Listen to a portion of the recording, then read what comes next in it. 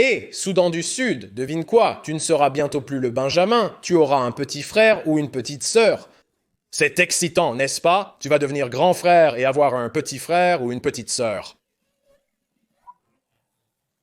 Parce que très bientôt, cette petite île va devenir le plus nouveau pays du monde. Faisons une géograparlotte. Santé, donc parfois il suffit d'une petite chose pour faire craquer les gens. El Salvador et le Honduras ont littéralement eu une guerre de 4 jours à cause d'un match de football. La Grèce et la Bulgarie ont une fois fait la guerre à cause d'un chien. L'Italie a une fois eu une guerre entière parce qu'un gars a volé un seau. Parfois, il faut des événements majeurs pour provoquer la colère, comme lorsque Hitler a utilisé le prétexte que Gdansk était allemande pour envahir la Pologne. Ou lorsque les Japonais ont orchestré une explosion et l'ont imputée aux Chinois comme moyen d'envahir la Chine, et parfois la mine de cuivre la plus prospère du monde est prise en charge et exploitée par des personnes avec lesquelles vous n'avez jamais accepté de travailler. Voici l'histoire de l'île de Bougainville, une île méconnue de beaucoup de mes nouveaux abonnés qui se demandent probablement de quoi il s'agit. C'est normal, ce n'est pas un endroit très connu, contrairement à ce qu'on lit dans la presse, mais cela changera probablement bientôt. Bougainville est cette petite île située en Mélanésie, dans le Pacifique, faisant partie de l'archipel des îles Salomon, qui comprend également la nation souveraine des îles Salomon. La région est composée de 2 îles principales, Bougainville au sud, qui compte environ 80% de la population, et Buka, qui abrite la capitale éponyme ainsi que le seul aéroport international. Ces 2 îles n'ont que quelques autoroutes, et en raison du terrain, la plupart des côtes ouest de ces îles n'ont pas d'autoroute principale. Les gens dépendent principalement des bateaux ou des petits sentiers pour se déplacer, à l'exception des routes contournant le mont Loloru. Certains disent que c'est toujours un volcan actif, mais il n'a pas éclaté depuis longtemps. Et la raison en est que c'est la véritable mine d'or de l'île. Si vous zoomez et regardez de plus près ici, vous verrez ce gars sur le côté nord, connu sous le nom de Min Panguna. Pour info, je suis à moitié coréen et en coréen, Pangu signifie pet.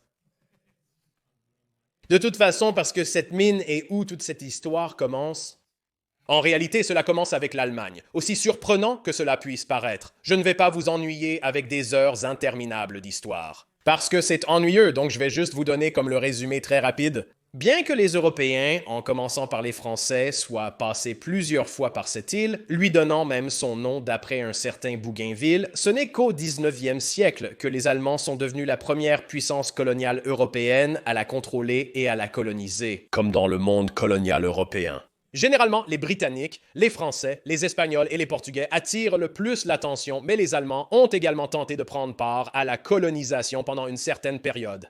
Et c'était comme s'ils étaient vraiment mauvais à ça, comme ils avaient le Togo, la Namibie et la Tanzanie, et ils n'étaient même pas interconnectés, et ils ne pouvaient pas se permettre de gérer les colonies, et ils étaient terribles. Et puis la Première Guerre mondiale les a décimés, et une partie des colonies allemandes étaient ces îles aléatoires au milieu du Pacifique, qui étaient super loin de tout, et qu'ils mettent une éternité à atteindre. Les Allemands étaient vraiment mauvais à coloniser, sauf si il y avait des choses hors d'Europe. Sans entrer dans les détails, Bougainville faisait partie de l'Allemagne. Colonie de la Nouvelle-Guinée et a maladroitement divisé l'île en 3 puissances britanniques, allemandes et néerlandaises. Bougainville est passé sous contrôle australien après la Première Guerre mondiale, puis brièvement sous le Japon. Pendant la Seconde Guerre mondiale, elle a été ramenée en Australie et en 1975, la Papouasie-Nouvelle-Guinée a obtenu son indépendance de l'Australie et ils ont simplement assumé la souveraineté sur Bougainville parce que techniquement, elle était sous la Nouvelle-Guinée allemande, donc vous êtes comme, nous avons un lien historique, donc vous êtes pratiquement à nous. Et quand Bougainville a entendu cela, ils étaient comme quoi je n'ai pas accepté cela et ils ont effectivement essayé de déclarer leur propre indépendance de la Papouasie-Nouvelle-Guinée en 1975. Ils se sont appelés la République des îles Salomon du Nord, tout comme les îles Salomon juste à côté d'eux. Ces îles appartiennent à l'archipel des Salomon, ce qui est logique.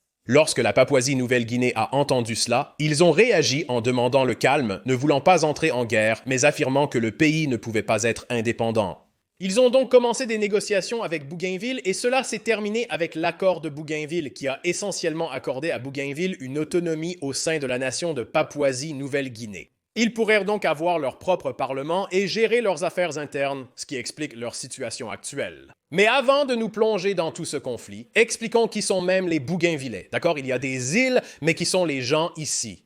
Les Bougainvillais, ethniquement mélanésiens comme leurs voisins papous néo-guinéens, salomonais, vanuatuans et fidjiens, sont en quelque sorte cousins. Cependant, c'est là que les similitudes s'arrêtent. Parce que, tout d'abord, les Bougainvillais sont plus ethniquement liés aux insulaires des Salomon qu'aux Papous de Nouvelle-Guinée. La plupart des 21 langues de leur île sont en réalité plus proches de la branche nord-salomone des langues, plutôt que des langues transguinéennes que l'on trouve en Papouasie-Nouvelle-Guinée. Ils ne peuvent même pas se comprendre. En fait, beaucoup de gens à Bougainville préfèrent parler le pigeon qui est parlé aux îles Salomon plutôt que le pigeon tocpisin qui est parlé en Papouasie-Nouvelle-Guinée. En gros, ils sont très proches des îles Salomon. Ils ont même tenté de se nommer la République des Salomon du Nord, car ils forment une sorte de famille avec les insulaires des Salomon. Culturellement, on observe une nette distinction entre les Bougainvillais, plus maritimes et dépendants des canoës pour le transport, et les Papous de Nouvelle-Guinée, qui se concentraient davantage sur le transport terrestre, disposant de plus de terres. Beaucoup de rituels et de traditions sont différents, mais la chose la plus emblématique qui symbolise le peuple de Bougainville, et vous verrez cela partout, surtout lorsque vous assistez à des réunions traditionnelles ou quoi que ce soit, serait le chapeau ou la coiffe huppe. Cette chose en forme de chapeau de champignon pointu est un symbole emblématique du peuple de Bougainville. C'est si important pour eux qu'ils l'ont mis sur leur drapeau et leur emblème. Imaginez un article de vêtements qui était si important pour votre peuple que vous l'avez littéralement mis sur les symboles pour vous distinguer sur votre héraldique, pour distinguer votre souveraineté. C'est comme si Nike devenait un pays avec un drapeau arborant une chaussure, vu l'importance de cet article pour eux. Et ils transcendent plusieurs groupes ethno-linguistiques différents à travers toute l'île. Donc, c'est très important pour eux. Donc, nous avons établi comment Bougainville est ethniquement distinct du reste, les Papous de Nouvelle-Guinée, et comment ils ont leur propre sens de l'identité personnelle. Alors, qu'est-ce qui a commencé à tout changer? Eh bien, c'est là que nous revenons à cette mine de Panguna que nous avons mentionnée plus tôt dans cette vidéo. Voyez-vous, en 1972, la mine a été ouverte et elle possède l'une des plus grandes réserves connues de cuivre et d'or au monde, et à un moment donné, c'était la plus grande mine à ciel ouvert d'or et de cuivre au monde. Exploitée principalement par la société Bougainville Copper Limited, qui était une filiale du groupe australien Rio Tinto. À son apogée, elle produisait environ 12% du produit intérieur brut de la Papouasie-Nouvelle-Guinée et environ 45% de toutes leurs exportations. En fait, les profits de cette seule mine étaient l'un des facteurs majeurs qui ont permis à la Papouasie-Nouvelle-Guinée d'obtenir son indépendance, car ils pouvaient alors revendiquer une viabilité financière s'ils obtenaient l'indépendance. C'est l'une des conditions pour obtenir l'indépendance, et n'est-ce pas l'histoire de comment beaucoup de ces histoires commencent avec ces situations sécessionnistes, les ressources. Donc, une partie de l'accord avec l'accord de Bougainville, quand il voulait l'autonomie de la Papouasie-Nouvelle-Guinée, était que la Papouasie-Nouvelle-Guinée obtiendrait encore une participation de 20% dans la mine de Panguna et les Bougainvillais n'auraient qu'une participation de 0,5 à 1,25%. Laissez-moi répéter cela. Les Bougainvillais n'auraient qu'une participation de 0,5 à 1,25%. Sur leur propre mine, sur leur propre île exploitée par une filiale australienne qui a été autorisée à venir des négociations d'un pays qui les revendiquait alors qu'ils ne voulaient même pas en faire partie au départ. Et elle portait tout le poids fiscal du dit pays qui les revendiquait, et en plus de cela, la mine avait des problèmes. Une grande partie de la pollution par ruissellement était simplement déversée dans la rivière Java. En zoomant sur l'imagerie satellite, on peut voir les dépôts de limon qui ont détruit toute la zone. La rivière contaminée a causé des malformations congénitales chez les enfants des gens qui en buvaient l'eau. La situation était alarmante avec de nombreux problèmes. Et c'était essentiellement le point de basculement qui a fait craquer Bougainville et a conduit à la guerre Bougainville-Suva de 1988 à 1998. La guerre, menée par l'armée révolutionnaire de Bougainville, soutenue par les îles Salomon et prétendument les Fidji, a duré 10 ans. Après la guerre, les négociations se sont poursuivies jusqu'à la conclusion d'un accord de paix en 2001. Une partie de cet accord de paix a ouvert la voie à un référendum sur l'indépendance. Ils ont dit en gros qu'une partie de l'accord de ce traité de paix de 2001 était qu'il devrait attendre 15 ans avant de pouvoir avoir un référendum. Le référendum aurait pu avoir lieu au plus tôt en 2016. Cependant, en raison de retard logistique, il a été reporté à 2019. Et quand ils ont fait ce référendum, les Bougainvillais ont voté à l'unanimité par une écrasante majorité. Près de 98% des électeurs ont voté pour l'indépendance. Que signifiait ce résultat? Selon l'accord avec la Papouasie-Nouvelle-Guinée, si le référendum était favorable à l'indépendance, il devrait entamer des négociations sur les modalités de séparation d'avec la Papouasie-Nouvelle-Guinée. Commencer leur souveraineté, avancer avec tous les détails que cela peut impliquer, comme la viabilité économique, la réouverture de la mine de Panguna sous leur contrôle d'État, la rédaction de la Constitution, la diplomatie, le commerce, la défense, etc.